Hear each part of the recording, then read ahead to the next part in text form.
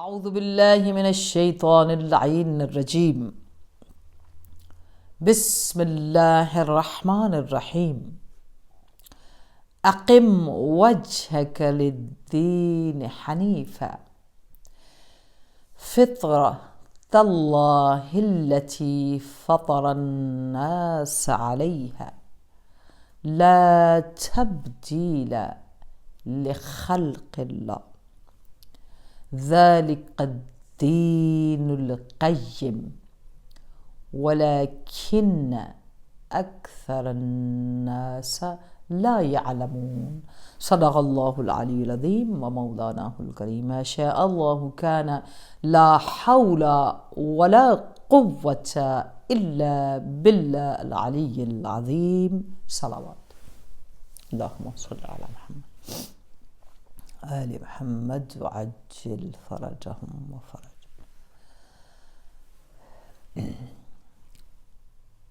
پروردگار عالم کی بارگاہ میں عاجزی اور انکساری کے ساتھ بارگاہ سید دو عالم میں ہم وہ مودتی سائنس پیش کر رہے ہیں جس سائنس کو سورہ فاطر کی آیت نمبر 30 میں رب العالمین نے اہل لا الہ الا اللہ کے لیے ایک ایسا سگنل، ایک ایسا نیویگیٹر، ایک ایسی نیویگیشن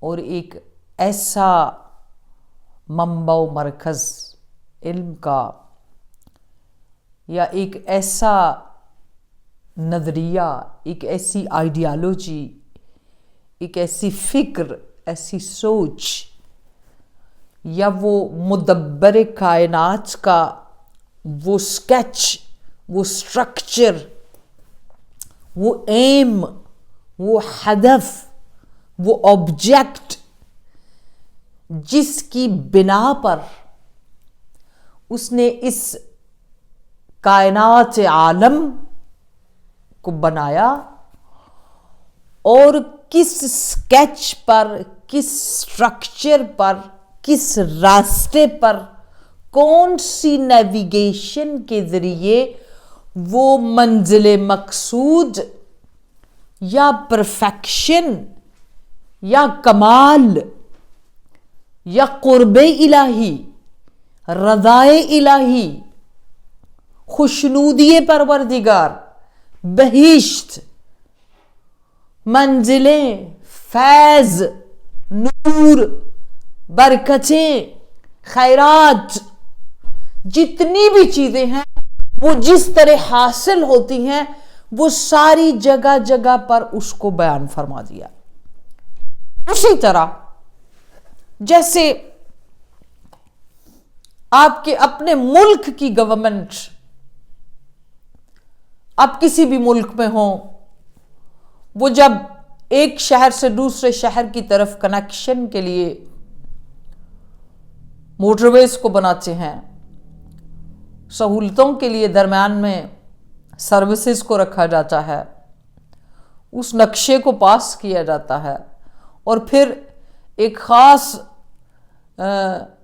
کوڈز کے ساتھ، نمبرز کے ساتھ، یہ فلانا موٹر وے ہے، یہ فلانا موٹر وے ہے، یہ فلانا موٹر وے ہے، اس طرح اس کو انٹروڈیوس کرا دیا جاتا ہے تاکہ، اور پھر ایسی ہی جو ہے وہ ابھی چند سالوں سے جو آپ نیویگیشن دیکھ رہے ہیں، اگر آپ غور کریں تو انسان کی معنویت اور روحانیت کے لیے جو الیکٹرک معنوی روحانی نیویگیشن کمپلیٹ 1400 سال پہلے ہر انسان یعنی انسان، صرف مسلمان نہیں، انسان کے لیے وہ معجزہ جسے تبیانا لکل شیء کہتے ہیں، لا اصغر ولا اکبر الا فی کتاب مبین، لا رتب ولا یبس الا فی کتاب مبین، اس میں بیان فرما دیا۔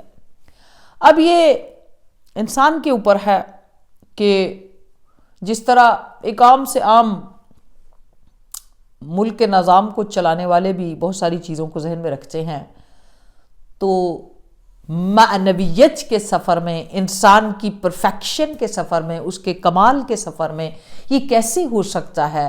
ایک عام اپاہج گورنمنٹ بھی جو ہے وہ پلان کرتی ہے چیزوں کے، تو یہ کیسے ہو سکتا ہے جو مدبر کائنات ہے، جو بیسٹ پلانر ہے، جو گریٹسٹ کریٹر ہے، یہ کیسے ہو سکتا ہے کہ وہ دین کی خوبصورتیوں کو، دین کے حسن کو، ایمان کے حسن کو انٹروڈیوس کرائے اور اس کی بخشش اور اس پر کامیابی اور بہشت تک پہنچنے کے تمام جو ہے وہ ذریعے بھی بتائے اور سارے راستوں کو وہ کنفیوز چھوڑ دے؟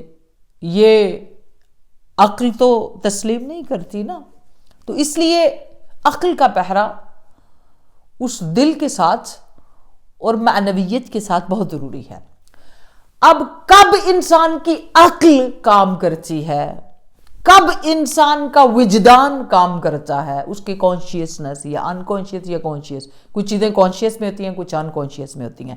یہ جو ہم 5 دن ہماری سٹنگ ہوئی ہے، یہ آپ کے کانشیس، انکانشیس سے کانشیس کی طرف آنے کے لیے وہ خوبصورت ایسے کوڈز کی، جیسے آپ کوئی بھی چیز ہوتی ہے تو ایک گھر کے اندر بہت سارے مطلب دروازے ہوتے ہیں، اس کے بہت ساری چابیاں ہوتی ہیں مختلف، لیکن ایک پورے گھر کے اندر چابی ہوتی ہے جو سارے دروازے کھول دیتی ہے۔ تو جو آج ہم یا اتنے دنوں سے ہم کر رہے ہیں، ہم اس کو فارسی میں کہتے ہیں شاہ کلید۔ شاہ کلید یعنی سب سے بڑی جو کوئی بھی چیز جو ہے اس کو کھول دے، ایسی۔ اب یہ شاہ کلید عقیدے میں، سوچ میں، فکر میں، یہ شاہ کلید ہوگی تو ایسی سوچ اور فکر والا انسان سٹک نہیں ہوگا۔ 15 موٹر ویز کے راستے آ جائیں، راؤنڈ اباؤٹس آ جائیں، گمراہ نہیں ہوگا، کنفیوز نہیں ہوگا، مس گائیڈڈ نہیں ہوگا، کیونکہ اس کے پاس تو ساری چابیاں ہیں۔ اور پھر شاہ کلید ہے جو باقی گم بھی جائیں گے تو وہ ذہن میں رہے گی۔ تو سوچ کے دائرے میں، within our thoughts, in ideas, point of views, belief, faith، ان ساری چیزوں کے اندر جانے کے لیے، اور عام انسان کے اندر، عام انسان کو بھی اس بات کا علم ہو، یہ وہ خوبصورت چیزیں جو اسی سورہ روم کی آیت میں رب العالمین نے خوبصورتی سے سمجھا دی۔ اور یہ احسان ہے میرے وقت کے امام کا، یہ بلیسنگز ہیں اہل البیت علیہ السلام کی، اللہ رب العالمین کا احسان ہے کہ اس نے ہمیں توفیق دی۔ He blessed us with this opportunity to sit and hear the science of that ayah, science of methodology، جو اس کے اندر جو چیزیں ہیں اور اس کو کس طرح ہم نے۔ اب جب ہم پہلی آیت کا پہلا حصہ پڑھتے ہیں، اقم وجہک للدین حنیفہ۔ اقم وجہ کا سامنے لفظی مطلب ہے کہ اپنے چہرے کو اس طرف رکھو جو کہ دین حنیف ہے، یعنی سیدھا دین ہے، اس میں کنفیوژن نہیں ہے۔ اب جب سیدھی بات کی جا رہی ہے تو جب اب اس کو آپ کمپلیٹ مطلب سے دیکھتے ہیں تو رب العالمین ہر لا الہ الا اللہ کو جھنجھوڑ کر یہ سمجھا رہے ہیں، بتا رہے ہیں، توجہ کرو، pay your attention, be careful, stand strongly۔ کہاں؟ کون سے راستے پر؟ اس دین پر جو بالکل سیدھا ہے، یعنی جو نیویگیشن، جو راستہ، جو پوسٹ کوڈ، جو ایڈریس میں نے دیا ہے، سیدھا اسی ایڈریس پہ جانا جب دنیا میں تمہیں بھیج رہا ہوں۔ یہ نہ ہو کہ راستے میں جا کے کوڈ بدل لو اور دل چاہے تو پھر مرضی میں جہاں مرضی چلے جاؤ، تو پھر جہاں کا کوڈ بدلو گے وہیں جانا پڑے گا آپ کو، پھر آپ کے لیے وہاں کا راستہ نہیں ہے جس کا آپ کلیم کر رہے ہیں کہ خدا والا دین ہے۔ نہیں، الہی دین، الہی سوچ، الہی فکر، الہی فیلنگز، الہی عقیدہ، الہی سجدے، الہی نماز، وہ ساری چیزیں جو اللہ کی ہیں، جو اس کی طرف لے کر جاتی ہیں. تو جب کہا اسٹرکٹلی، یہ نہیں ہے کہ جہاں سے سنی سنائی بات آپ اس پہ ختم ہو جائیں یا اسی کو بلیو کر لیں. بہت سارے لوگ آئیں گے بڑی بڑی کتابیں لے کر کہ بھی یہ بات یہاں ہے، یہ بات یہاں، یہ بات یہاں. پہلے عقل کے ساتھ سوچنا. جو پوری کائنات کا نظام میں نے بنایا ہے، اس نظام کی بھی چابیاں ہیں، کی نوٹس ہیں، اور وہ سیدھے کی نوٹس ان رازوں کی طرف، ان سیکرٹس کی طرف لے کر جاتے ہیں جو کہ ایکچول اس دنیا میں آنے کا، رب العالمین کا اس دنیا کو بنانے کا ہدف ہے، آبجیکٹ ہیں، ایم ہیں، اور انسان کے حفاظت کے سامان ہے اس کے اندر. اب نیکسٹ مرحلے میں یہ بات آپ کو سمجھ آ گئی کہ ہم اس 5 سے 6 دن میں کس طرح داخل ہوئے. پہلی سٹیپ کے بعد دوسری چیز کون سی ہے؟ جب ہم کہتے ہیں رب العالمین نے اس آیت میں کہا پہلا اقیم وجہک للدین حنیفہ، اس کا مطلب ہے کہ یہاں شک و شبے کی گنجائش نہیں ہے. Package of living, package of faith, package of blue, اور وہ سکیچ، جیسے آپ نے کوئی چیز بنانی ہوتی ہے تو اس کا پورا جو سکیچ ہے وہ موجود ہے، وہ دے دیا ہوا ہے. وہ کیا دیا ہے؟ آگے بیان فرمایا فطرۃ اللہ التی فطر الناس علیہا. وہ یہ ہے کہ جو فطرت اللہ کی ہے، جیسے رب العالمین خود ہے، وہ اس کی صفات ہیں، اس کے کمالات ہیں، اس کے مقام ہے، اس کی ذات مالک الملک ہے، سب کچھ ہے. اب اس نے اپنی فطرت سے، فطرۃ اللہ التی فطر الناس علیہا، اسی سوچ پر، اسی فطرت پر میں نے انسان کو پیدا کیا ہے.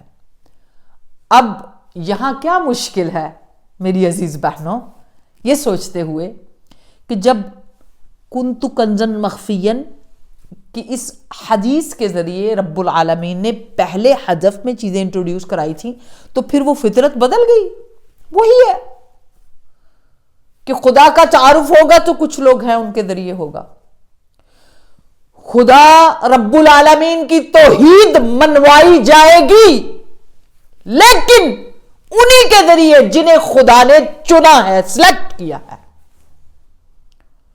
اور وہ کسی کے ووٹ کے، کسی شورا کے، کسی اجتماع کے، کسی بھی کمیٹیوں کے، کسی بھی انسان کے گروپ کے، گروہ کے، سقیفے کے، سازش کے، حکومتوں کے، لوگوں کے، کسی کے محتاج نہیں ہوں گے.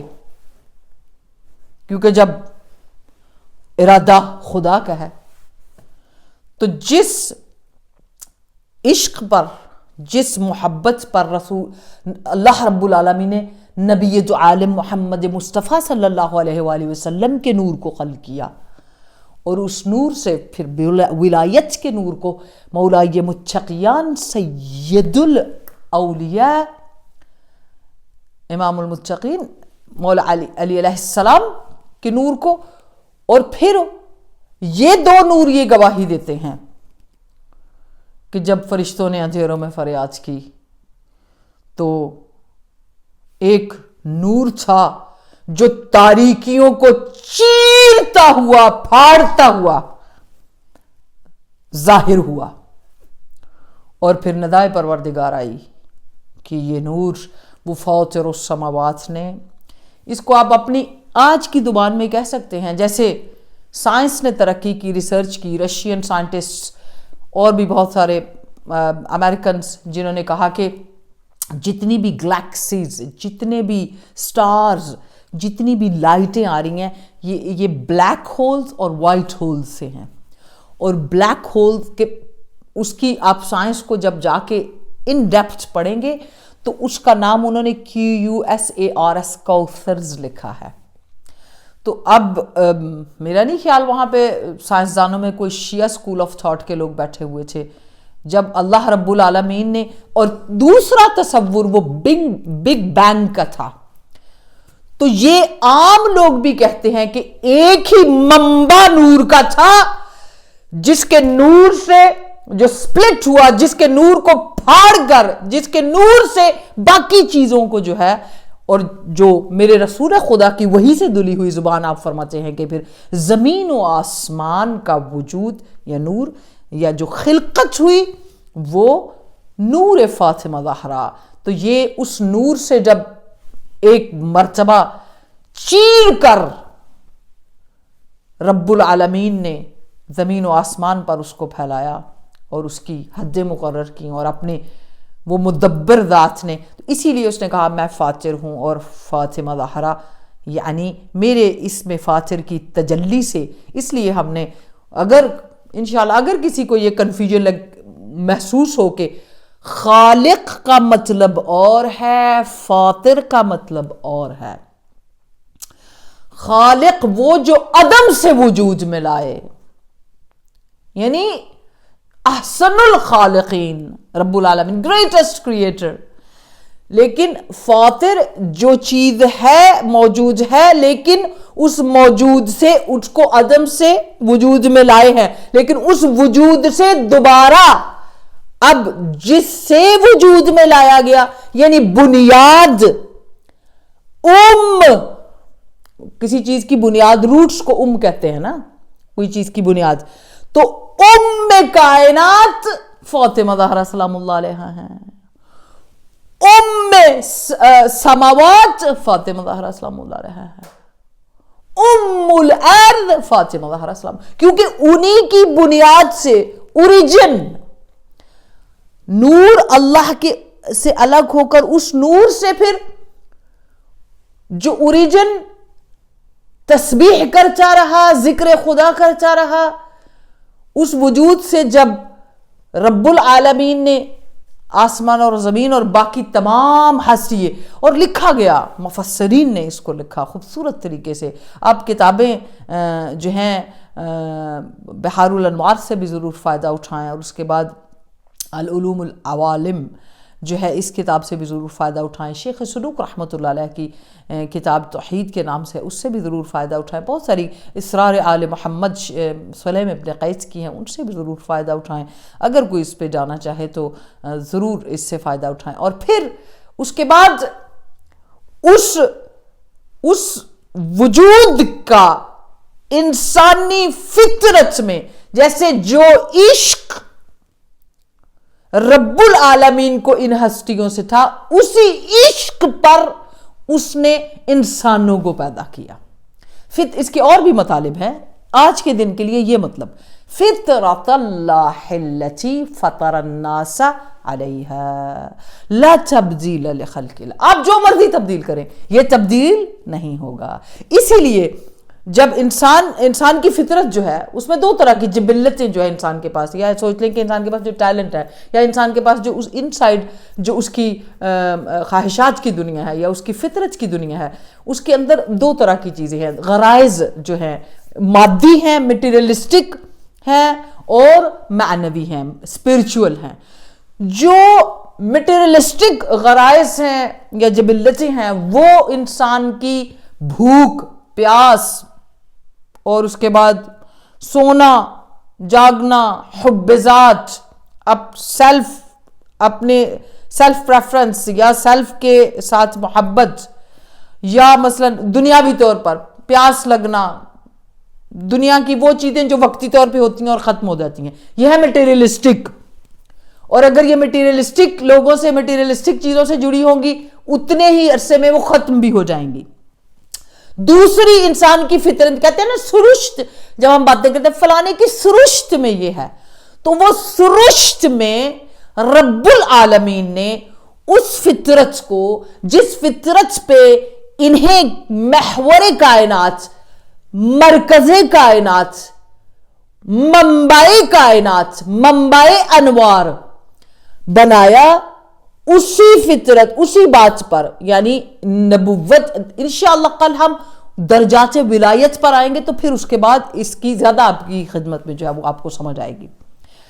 تو رب العالمین نے انسان کی فطرت کے اندر جب اس کو خلق کیا تو یہ معنوی لحاظ سے جب اس کی اسپرچول جو فطرت یا نیچر ہے، ہر انسان کے اندر اسپرچول جو ہے وہ ایک اللہ کی طرف سے اس کی کریشن میں شامل ہے، اس کی اسپرچویلٹی. سول کی بات کرسچن بھی کرتے ہیں، ہندو بھی کرتے ہیں، ایتھیسٹ بھی کرتے ہیں، سارے کرتے ہیں. اسی سول کو اگر وہ دنیاوی لحاظ سے کسی سے جوڑ لیں گے وہ ان کی مرضی، لیکن جو ایڈریس، جو پوسٹ کوڈ، جو سیکرٹ، جو راز، جو انتظام، جو اتمام، جو کمال، جو اکمال اس آیات کے اندر رب العالمین نے بتائے ہیں، وہ ڈائریکٹلی وجود فاطمہ زہرا سلام اللہ علیہا سے نکل کر پوری دنیا کو روشنی فراہم کر رہے ہیں. جو ولایت جتنے ہمارے اولیاء یعنی حجتیں ہیں رب العالمین کی زمین پر، ان کی ماں ہے. وہ صرف ام الارض، ام السماوات نہیں، ام الائمہ، ام النجبہ. اس لیے اس وجود کی معرفت ہی انسان کی ترقی، انسان کے رشد، انسان کی نشو و نما، انسان کے وجود کی طاقت کا ذریعہ ہے. اب اگر ہم اس منزل پر ان باتوں کو سمجھ جائیں تو پھر وہ جملہ سمجھ جائے گا، فطرت اللہ التی فطر الناس علیہا. تمام مخلوقات کو اسی فطرت پر، اس لیے اس کی فطرت میں تسبیح ہے، کیونکہ تسبیح لاکھوں سال کرنے والے منبع نور سے خلق ہوئے، اور اب انہی کی محبت کے جو دوسرے یا پہلے دن اس حدیث کو جو نبی پاک صلی اللہ علیہ وآلہ وسلم کے لولا لما خلقت الافلاک لولا علی لما خلقتک لولا الفاطمۃ لما خلقتہما، تو یہاں پر آ کر پھر وہ والشمس سے دو چیزیں جو سامنے آتی ہیں، والشمس وضحاها والقمر اذا تلاها والنہار اذا جلاها واللیل اذا یغشاها والسماء وما بناها والارض وما طحاها والنفس وما سواها. ہم نے برابر نفس کے اندر، انسان کے وجود کے اندر یہ چیزیں رکھی ہیں. فَأَلْحَمَهَا فُجُورَهَا وَتَقْوَاهَا، ہم نے الہام رکھا ہے انسان کے اندر. انسان کا جو اسپرچول ابیلٹی ہے اس کے اندر جو اللہ رب العالمین نے دی ہے، وہ سیڈ، وہ حبہ، وہ وجود، وہ اسپرچویلٹی جو اللہ رب العالمین نے فَأَلْحَمَهَا، وہ الہام، وہ عقل، وہ طاقت انسان کے اندر موجود ہے کہ وہ کمال پر جائے. لیکن کیسے جائے گا کمال پر؟ کسی ایسے دروازے پر جانا پڑے گا نا، کسی ایسے کے پاس کہ جو کیا وہ جملہ بولتے ہیں، زندگی نے تو سمندر میں مجھے پھینک دیا، زندگی نے تو سمندر میں مجھے پھینک دیا، وہ جو اپنی مٹھی میں اگر لے لیں تو گوہر ہو جاؤں. میرا ایمان ہے کہ مر کر بھی امر ہو جاؤں.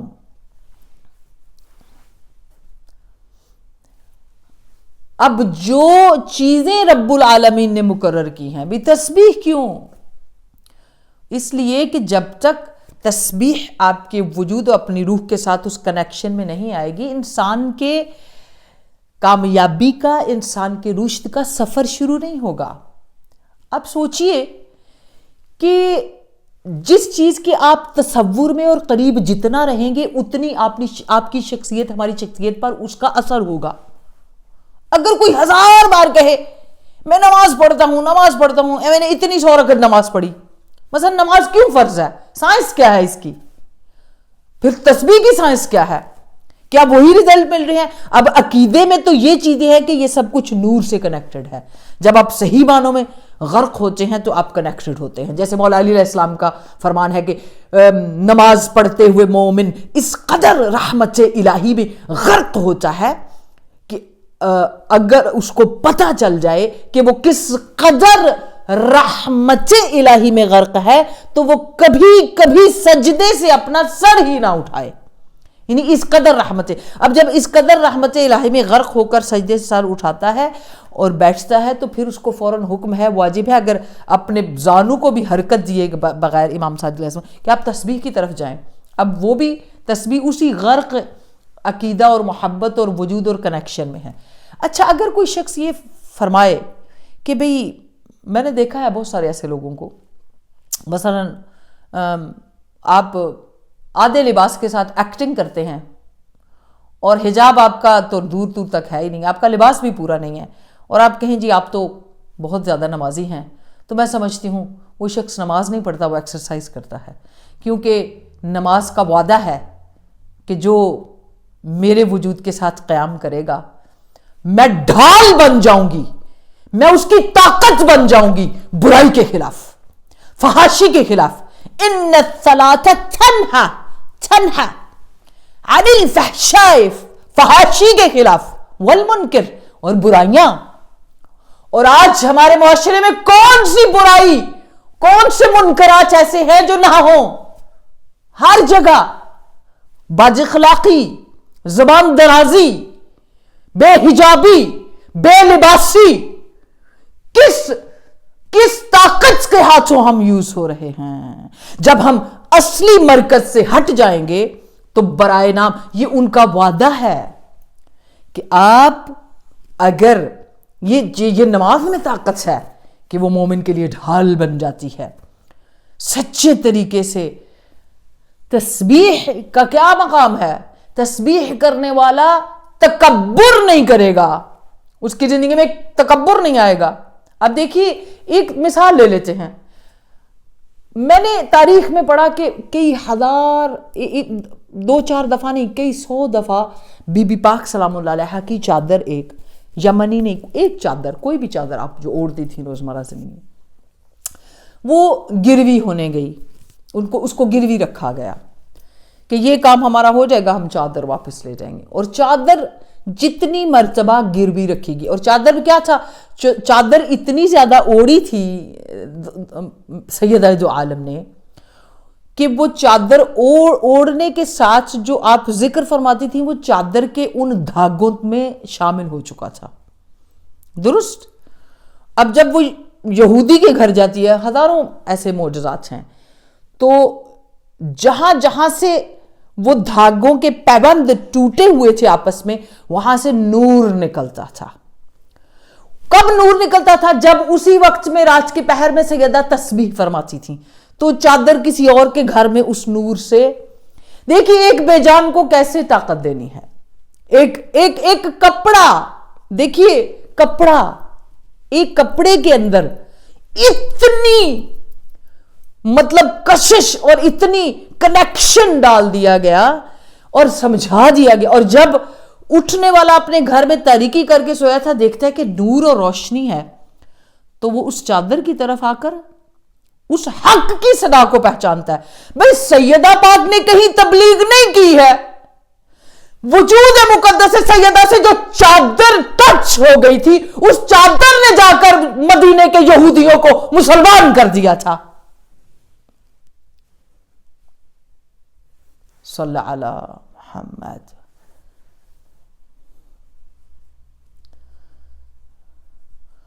آپ نہ پہچانے دنیا والے, ہمیں کوئی فرق نہیں پڑتا. بدبخت ہے جو اس بات سے سبق نہ سیکھے کہ جس بی بی کی چادر اتنی مبلغ ہے, جس چادر میں زبان نہیں ہے, آنکھیں نہیں ہیں, برین نہیں ہے. اگر اہل البیت علیہم السلام کے وجود, ولایت, محبت, مودت اتنی پر تاثیر ہے کہ وہ بے جان کپڑا جس کے پاس نہ عقل ہے, نہ آنکھیں ہیں, نہ زبان ہے, نہ کچھ ہے, اگر ٹچ ہو جائے تو اتنی طاقت پیدا کر لیتا ہے کہ دوسروں کے گھروں میں گروی ہو کر بھی اس پورے گھر کو مسلمان کر کے واپس آتے ہیں, لا الہ الا اللہ پڑھا کر واپس آتے ہیں. اور آج اہل لا الہ الا اللہ ایام فاطمیہ نہ پہچانے. اللہ اکبر. کس دنیا میں ہم رہتے ہیں؟ ایام فاطمیہ یعنی انا للہ ہونے کے دن. بڑے شوق سے آپ رسمن پڑھتے ہیں, نماز رسمن, تکبیر رسمن, اللہ اکبر رسمن. اس طرح نہیں پڑھتے جس کوڈ پہ, جس مقام پہ, جس جگہ پہ, جس حیثیت میں, جس فکر میں, جس سوچ میں, جس کیفیت میں اللہ نے آپ سے مانگا ہے, اس جگہ پر نہیں ہے. تو کیا ایام فاطمیہ وجود فاطمہ زہرا سلام اللہ علیہا نے یہ بات سمجھائی ہے دنیا والوں کی. انا للہ کیسے کہہ دیے؟ ہم اللہ کے لیے ہیں. ایسے ہی تو ثابت ہوتا ہے. ایام فاطمیہ انا للمحمد صلی اللہ علیہ وسلم ثابت کرنے کے دن ہیں. انا للعلی علیہ الصلوۃ والسلام ثابت کرنے کے دن ہیں. ہم علی کے کتنے ہیں؟ انا للحسین انا للحسن والحسین ثابت کرنے کے دن ہیں. جب انا للفاطمہ ہی نہیں آئے گا کہ ہمارے وجود میں، دیکھیے رب العالمین نے اس کو پہلے آپ کو انا للفاطمہ یعنی ام ہے، یہ جسے باپ نے بھی ام ابیہا کہا، آپ سب کو پتا ہے. اور کس مقام پر کہا، اس پہ پوری دنیا اگر ہزاروں سال اکٹھی ہو کر لکھنا شروع کرے تو ختم نہیں ہوگا. اگر ہمیں اور ہزاروں مجلسیں مل جائیں، خدا کی قسم ہم عاجز ہیں کہ ہم وجود فاطمہ زہرا سلام اللہ علیہا کے حضور کچھ عرض کر سکیں. یہ وہ چیزیں ہیں جو ابھی قرآن سے کھولی نہیں گئی ہے. تو اسی کو تو انہوں نے دین کہا ہے. یہی تو دین ہے، یہی تو فطرت ہے، یہی تو اسلام ہے، یہی تو قرآن ہے. انا للفاطمہ سمجھ آئے گا کہ جس طرح وجود فاطمہ میں خدا کے لیے فنا ہو کر بقا حاصل کرنا. انا للحسین آسان نہیں ہے. 18,000 خط آئے تھے مولا حسین علیہ السلام کو. انا للحسین یعنی خدا کے لیے، یعنی رب العالمین نے اپنی رحمت خاصہ سے یہ زمین و آسمان خلق کیے ہیں نا. اگر زمین و آسمان رحمت خاصہ سے خلق کیے ہیں تو جناب فاطمہ زہرا کے اس منبع سے، اس نور سے، اپنی رحمت سے اس کو سپریڈ کیا اور یہ سب کچھ پھیلا دیا، بنا دیا. تو خدا کی رحمت خاصہ ہے، واسعہ ہے، اور سیدہ دو عالم ام الرحمہ ہے. ام الرحمہ ہے، ام الرحمت یعنی. تو جہاں جہاں رحمت چاہیے ہوگی، جہاں جہاں رحم چاہیے ہوگا دلوں میں، تسبیح جو صحیح نہیں کرتا، نماز جو صحیح نہیں پڑھتا، اس کے دل میں رحم نہیں آتا، اس کے دل میں نیکی نہیں آ سکتی، حی علی خیر العمل سمجھ نہیں آئے گا. اسی لیے لوگ غیرت کے نام پر، آج دیکھیے مملکت اسلامی جسے آپ کہتے ہیں، اس کے اندر کتنی بیٹیوں کو ذبح کیا جاتا ہے، کتنی بیٹیوں کو روز ذبح کیا جاتا ہے، 4 سال کی بچی سے لے کے 18 سال. کیوں؟ ان کے درمیان لا الہ الا اللہ نماز نہیں ہے. اگر صحیح نماز پڑھی ہو، صحیح تسبیح کی ہو، تو یہ انسان کو وہ تمام بغیرتی کی چیزیں جو انسان کی غیرت کو مار دیتی ہیں اسے نکال دیتا ہے. انسان کے اندر غیرت لے کر آتا ہے یہ ذکر. تکبیر غیرت دلاتی ہے، تکبر کو ختم کرتی ہے. تو جب یہ ساری ڈھال، سارے اسلحے رب العالمین نے اخلاقی طور پر ہمارے لیے معین فرمایا اور ہم نے اس کو چھوڑ دیا، ہم اسے دور نکل گئے. روز اس کی دستک دی جائے گی تا اللہم عجل ولیک الفرج، اللہم عجل ولی، تا یہاں تک کہ ہمارے امام کا ظہور ہو. وہ صحیح جن کے لیے انشاءاللہ اس کے اوپر بھی آگے جائیں گے. تو اب یہاں پر رک کر سوچنے کی بات ہے. انا للہ و انا الیہ راجعون. انا للہ ہوگا تو راجعون اللہ کی طرف ہوگا نا. تو جب یہ 5 امام حسین آپ کو سمجھانے جا رہے تھے کہ یہ کربلا انا للہ ہے، انا للہ اللہ کے لیے کیسے جیا جاتا ہے، امام حسین علیہ السلام نے سمجھایا. سیدہ فاطمہ زہرا یہ ایام فاطمیہ میں جب لوگوں نے رسول کی بیٹی سے منہ موڑ لیا، دروازوں کو بند کر لیا، تو انا للہ سمجھانے کے لیے سیدہ فاطمہ زہرا نکلی تھی. اپنے وقت کے امام، اپنے امام زمان کے لیے گواہی دینے کے لیے اٹھی تھی. یا ایھا المدینہ یا ایھا الناس انسیتم یوم الغدیر، غدیر کو زندہ کرنے کے لیے جناب فاطمہ انا للہ، اللہ کے لیے اس قیام میں، اس دربار میں جانے کے لیے بھی. تو کتنے لوگ تھے کربلا میں؟ یعنی 18,000 لیٹرز. اور اگر ہم 36 بنی ہاشم کے جوانوں کو نکال لیں 72 میں سے، تو پیچھے کتنے لوگ رہ جائیں گے جو امام حسین کے ساتھ آئے تھے؟ بہت کم، بہت کم. تو آئیے، کہنا آسان ہے کہ ہم ان کے لیے ہیں. ہم اپنے لوگوں کے بھی دلوں پر دستک دیتے ہیں جو دعوی محبت رکھتے ہیں، جو کلیم کرتے ہیں کہ ہم یہ ہیں، جبکہ اس گلی سے، اس پوسٹ کوڈ پہ پہنچے ہی نہیں ہیں، دور سے کہہ رہے ہیں ہم وہ ہیں. آئیے ایام فاطمیہ ہر سال آپ کو بلاتے رہیں گے، آ کر غدیر کی یاد دلائیں گے، ولایت کی یاد دلائیں گے. ایام فاطمیہ یعنی ولایت امیر المؤمنین علی علیہ السلام کی آبیاری کے دن، ایام فاطمیہ یعنی بے جرم و خطا محسن کی شہادت کے دن، ایام فاطمیہ یعنی بے جرم و خطا رسول کی بیٹی کے قتل ہو جانے کے دن۔ اس کائنات میں آپ دیکھیے نا، کیوں نہ ہم ٹوٹ جائیں، بلیو کریں، نئی طاقت رہتی ہے، نئی حوصلہ ہوتا ہے کہ کیسے میں پڑھوں ان چیزوں کو جس کے صدقے میں یہ سارے تبرک ہیں، یہ سارے نور ہیں، یہ پانی سمندروں میں موجود ہے، یہ سورج کے اندر روشنی موجود ہے۔ کتنے تبرکات انہوں نے ہمیں دیے ہیں، کتنی نعمتیں ہیں ہمارے پاس ان کے صدقے میں، تو ان کو پہچانا ہی نہیں ہے۔ ہمیں درد ہے۔ ایام فاطمیہ اس درد کو محسوس کرنے کے دن ہے کہ لوگ اسی جگہ پر اس دین پر ہیں کہ نہیں ہیں جس پر سیدہ فاطمہ زہرا نے اپنی جان دے دی ہے، اور اگر ہیں تو مخلص ہے یا برائے نام ہے، عملاً نہیں ہے۔ ہم ان سیٹنگز میں 22 ڈیز 23 ڈیز یہی جوڑ کر وقت کے امام کے روبرو اپنے دل اپنے وجود وعدہ کرتے ہیں کہ ہم ان ایام فاطمیہ کے اس درد کو، اس پیغام کو، اس نصیحت کو، اس تبلیغ کو، اس مشن کو، ان خطبوں کو، اس تعلیم کو، اس آواز کو، اس استغاثے کو جو بی بی پاک نے مدینہ کی گلیوں میں در و دیوار کے درمیان اور بیت علی سے بلند کیا، اس دروازے سے بلند کیا جس دروازے پہ رسول خدا نے 6 ماہ نمازیں پڑھی، 9 ماہ نمازیں پڑھی۔ اس دروازے کی حرمت ہم یاد کرتے رہیں گے۔ ہمارا وعدہ ہے، ہماری زندگی اسی طرح ہے، ہم اسی میں جئیں گے، اسی میں مریں گے۔ آگے وہ ام الرحمہ ہے، وہ ام الارض ہے، وہ ام الکائنات ہے۔ ماں تو بے وفائی نہیں کرتی ہے نا، بچے بے وفا ہو جاتے ہیں۔ اسی طرح جیسے اختتام پہ یہ 2 جملے کہوں گی، بڑے علماء نے اس بات کو، اس واقعے کو نقل کیا بہت ساری کتابوں میں۔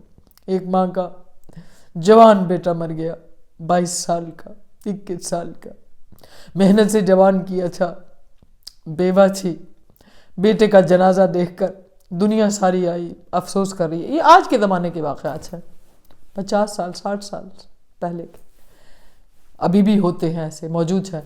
تو جب وہ عورت کے پاس لوگ آتے افسوس کرتے، وہ جنازہ رکھ کے بیٹھی ہے، لوگ آ کر اس سے افسوس کرتے ہیں اور جنازے کو دیکھ کر کہہ رہی ہے میں قربان جاؤں فاطمہ زہرا کے بیٹے کے، جس کو کفن نہ ملا، جس کو دفن نہ ملا۔ جنازہ اٹھنے لگا، میں قربان جاؤں اس شہید کے جس کا جنازہ اٹھانے والا کوئی نہیں تھا۔ جب بھی لوگ اس کے قریب آتے ہیں اپنے سر پہ ہاتھ رکھتی ہے، آواز دیتی ہے یا فاطمہ زہرا میں آپ کے بچے کے قربان جاؤں، اے بی بی تو عالم ان زخموں پہ قربان جاؤں، میرا بچہ تو اتنا خوش نصیب ہے، اس کو بہترین کفن ملا، دفن ملا۔ لوگ آ کر اس کو کہتے ہیں بڑا افسوس ہوا ہے آپ کا بچہ جوان دنیا سے چلا گیا۔ آگے سے جواب دیتی نہیں، میرا بچہ تو خوش نصیب ہے، اس کو بہت سارا پیار ملا، بہت دنیا جو ہے اس کے جنازے میں تھی۔ میرا سلام اس ماں پر جو تپتے ہوئے صحرا میں ٹکڑے اکٹھے کرتی تھی۔ وہ عورت یہ والا جواب آگے سے دیتی، جب بھی کوئی اس سے اس کے بچے کا پرسہ کرتا وہ آگے سے اب بی کے مصاحب پڑھ دیتی، میرا سلام اس ماں پر جس نے زخمی ہاتھوں سے چکی پیس کر بچوں کو پالا، میرا سلام ان ہاتھوں پر جو پوری رات چکی پیستے تھے، خون آلود ہو جاتے تھے۔ ارے میرے بچے کا تو کوئی دکھ نہیں، دکھ تو مولا حسین کا ہے۔ کہتے ہیں ابھی اس بات کو 8 دن گزرے ہوں گے، وہ عورت جو ہے وہ اپنے بچے قبرستان، اپنے شب جمعہ اپنے بچے کے قبر پر جانے کا سوچتی ہے، اور قبرستان پہنچتی ہے تو دور سے دیکھتی ہے کہ اس کے بچے کی قبر پر اس سے پہلے ہی کوئی برقع پوش عورت بیٹھی ہوئی ہے۔ اب قریب جاتی ہے لیکن زیادہ قریب نہیں، قبر سے تھوڑا سا 5-7 قدم دور کھڑے ہو کر کہتی ہے اے بی بی تو غلطی سے، مجھے لگتا ہے تجھے غلطی ہوئی ہے، یہ میرے بیٹے کی قبر ہے، آپ یہاں کیوں بیٹھی ہیں خاتون؟ تو وہ خاتون تشریف رکھتی ہیں، مطلب انہوں نے جواب نہیں کہا، دیکھو بی بی میں آپ سے بات کر رہی ہوں، میں اس بچے کی ماں ہوں جس کی یہ قبر ہے، اور آپ کسی کی قبر پر آئی ہیں تو یہ اس کی قبر نہیں ہے، یہ میرے بچے کی قبر ہے، آپ کو غلطی لگ رہی ہے، میں اس کی ماں ہوں۔ تو وہ برقع پوش جو خاتون بیٹھی تھی وہ جواب دیتی ہیں جب تو روز میرے بچے کا مصائب پڑھتی ہے، جب تو روز میرے بچے کو یاد کرتی ہے، تو روز میرے بچے کو یاد کرتی ہے، اس کا مصائب پڑھتی ہے، تو میں بھی تیرے بچے کی خبر لینے آئی ہوں۔ یا فاطمہ زہرا، یہ سیدۃ النساء العالمین ہے، یہ ہے رسول کی بیٹی، یہ ہے ام الرحمہ، یہ ہے سیما جو کبھی فراموش نہیں کرتی ہیں اس استغاثے کو بحق محمد و آل محمد۔ وہ استغاثہ جو بی بی پاک نے گھر سے مسجد نبوی اور قبر رسول تک دیا، اس استغاثے کا واسطہ پروردگارہ ہماری نشستوں کو معرفت نور قرار دے، ہماری محبت و مودت کو، اگر ہم گناہگار ہیں پروردگارہ ہمارے وہ گناہ معاف فرج مولا کے ظہور میں تعجیل کے لیے جو دیر کر رہے ہیں مولا، ہمارے وہ گناہ معاف کر دے جو ظہور کے سبب میں دیر کر رہے ہیں مولا، ہمارے گناہ معاف فرما، وہ جو رکاوٹ ہے ظہور میں مولا کی، اللہم عجل